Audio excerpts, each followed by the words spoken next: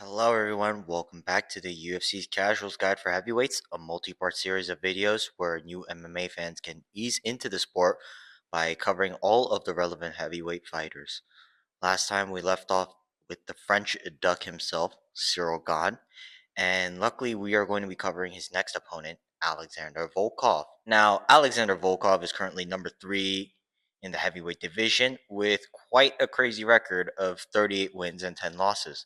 He's been competing in pro MMA since 2009 and won a heavyweight belt at Bellator, which for the longest time was the minor leagues for MMA. Most of the time, fighters with double digit losses aren't looked at as elite fighters, but Volkov is one of those exceptions.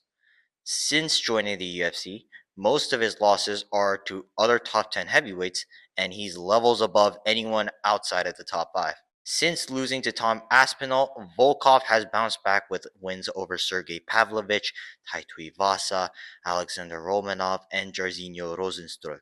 He goes by the name the Human Skyscraper. Standing at a whopping 6 foot 7 inches tall, he utilizes his height by throwing sharp jabs and body kicks to keep opponents at range, and elbows or knees when opponents get too close. Although he's coming off 4 good wins in a row, he has lost to nearly everyone else in the top 5. Tom Aspinall and Curtis Blades were able to take advantage of his lack of defensive wrestling, and Cyril Gane proved to be a little bit fast for Volkov and was able to outjab Volkov despite being the shorter man. But Volkov is ever improving since those losses, and fans are now calling him Swolkov. Unlike Volkov, Swolkov throws combinations on top of the jab.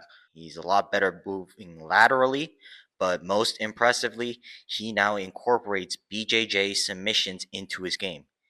He still has a few losses on his record, but gets the chance to amend one of those by fighting Cyril Gane once more. The UFC made this matchup because they want Cyril Gane to be near title contention, but Volkov has massively improved since their first fight, and it's still going to be really interesting to see who wins because the winner will probably fight Tom Aspinall once John Jones leaves the UFC. But that is all I'm going to be covering for today. If you want to know more about my personal opinions on Alexander Volkov, let me know in the comments down below. But until then, I will see you guys next time.